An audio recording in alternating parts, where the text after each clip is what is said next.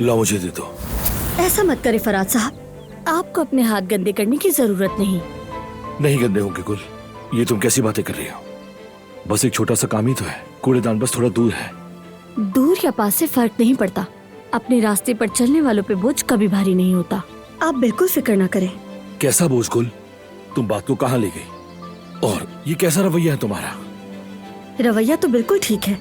ऐसा क्या गलत कह दिया मैंने? वैसे भी मुझे किसी की मदद की जरूरत नहीं, ये मेरा काम है। हमेशा से खुद करती आई हूँ और आज भी मैं खुद करूंगी।